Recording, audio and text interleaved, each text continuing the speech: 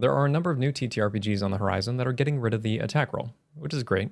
It eliminates an extra step that mathematically doesn't necessarily need to be there, and it addresses a major concern when it comes to spending your turn missing a bunch of attacks and then essentially not getting to do anything. At the same time, I feel like it has some unintended repercussions that are kind of glossed over when it comes to the conversation surrounding it. Hey there folks, Wrel here. Today we're going to be talking about the attack roll, or the to hit roll, or lack thereof, in a couple of the upcoming TTRPGs. To establish the baseline, removing the roll to hit is not a new idea. Knave does it, Into the Odd does it, Cairn does it, a bunch of other games do it. However, it is a very popular topic at the moment, thanks in no small part to Wizards dropping the ball early 2023, which then kind of gave some power to the announcements of MCDM putting out their new RPG, and then Darrington Press announcing Daggerheart. All the while trying to evolve the mainstream TTRPG space while also distancing yourself from mechanics that exist within D&D. That said, let's start from the beginning. When you're playing Pathfinder or D&D, both of them are D20 based systems, so you roll the D20, you add some modifiers to it, and then you try to meet or beat the AC, which is armor class, of your target. If you pass that, then you can roll damage. The drawback of this method is that if you make a bunch of attacks and they all come up as misses, as in they don't meet the armor class, then you've essentially wasted your turn doing basically nothing. That's the main problem that both Daggerheart and MCDM's RPG are trying to solve. Neither of those games make rolls to hit. They just say, roll your damage, and then we're going to determine the outcome from that. The most powerful part of this is the potential that it has to shape the feeling of combat. Unlike a chance to hit, where you may just never take damage, you walk into a fight knowing that you're going to be hurt, or you have the real potential to. This makes fight potentially feel more deadly. It potentially makes it feel like you have more tension or more at stake, unless you have ways to mitigate the damage. For example, some systems prevent a certain amount of damage based on the armor that you're wearing, and if the creatures that you're fighting abide by the same mechanics, then you still have the same problem where you will make a bunch of attacks and then potentially none of it gets through. However, I don't think that MCDM operates on this principle, so we're just going to call it a win and then move on with the conversation. Another benefit that I see a whole lot is that people say that combat is faster when you remove the attack roll. Not necessarily true. It totally depends on the individual system, and in a lot of cases, you still need to know the outcome of the roll before you move on with your turn.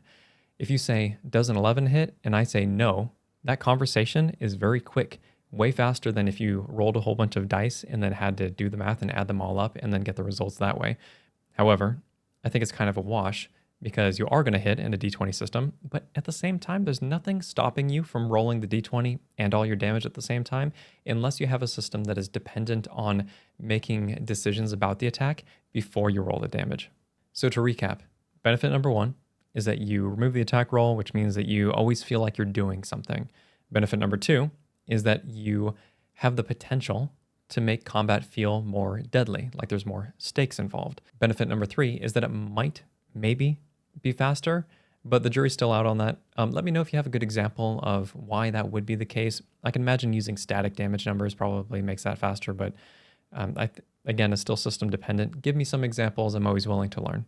Now let's talk about the benefits of rolling to hit, starting with the most obvious one. If you're playing a D20 system like Dungeons & Dragons or Pathfinder, it's very easy to describe why you hit or why you miss based on the dice outcome. Oh, the creature dodged out of the way. Or, oh, you hit the armor, but it just couldn't quite penetrate. Narratively, very easy to explain in a singular die roll when you're only comparing two different numbers, the die outcome and then the armor class. It's far more difficult to convey why you 100% of the time are still going to get hit when your character concept was to be a really evasive ninja. And even if you take less damage, there's still some dissonance when trying to abstract that concept into something that a new player, in particular, is going to understand. After all, a binary outcome, pass-fail, is way easier to describe than a sliding scale one, which brings me to my next point. It feels good to roll a d20. At least culturally, since 2014, we've gotten a lot of exposure to what the concept of that means. The natural 1, the natural 20, they have rallied communities around it. You know, we have mugs that have quippy little sayings on it. We even use the terms when it comes to epic successes or failures in our day-to-day lives. You nerds. Likewise, rolling to hit and getting a critical success has a certain feeling to it. And I'd argue that rolling multiple dice is probably not going to achieve the same effect. And we'll see if the culture evolves, especially with Daggerheart being as potentially popular as it will be, moving to a 2d12 system. But I would be wholly surprised if the same sort of magic was present.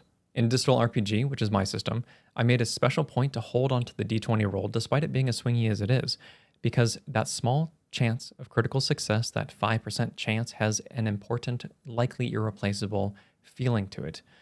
Which brings me to my last point.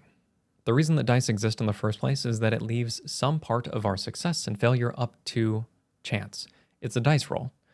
It gives us something to talk about, to interpret, and most importantly, challenge us. It can be very tempting to streamline all the failure out of the game for the sake of... It can be very tempting to streamline all the failure out of a game for the sake of fun, because on paper that sounds like a good idea. But failure, when incurred smartly or sparingly, invites choice. It invites adaptation and improvisation.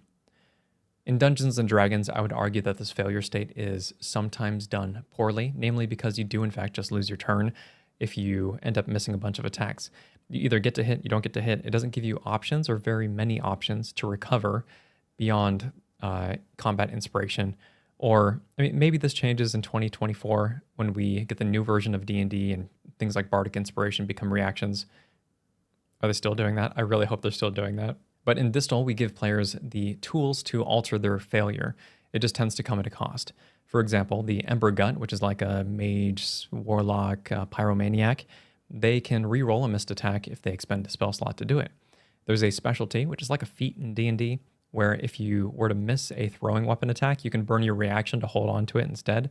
The strategist has the ability to maneuver a target that they miss with an attack, which maneuverability just swaps places with your enemy. And all the characters have access to a willpower die, which allows you to push the results of a d20 test further by rolling that very rare resource. The point is that instead of feeling like a turn is wasted, you're empowering players to make a choice. How bad do you want to succeed? What will happen if you don't? Forcing choice due to circumstances beyond your control is a very important part of how I have fun in tabletop games, and I think that the attack roll, when done well, can actually help facilitate that. If this video has been interesting, helpful, or entertaining, please feel free to like, subscribe, tell your friends about the channel, and since this is kind of a fun topic currently within the community, feel free to let me know your thoughts in the comments section down below. Oh, and if you feel like downloading Distal's free alpha, you can do that at playthisrpg.com. Thanks very much, folks. Wrel signing off.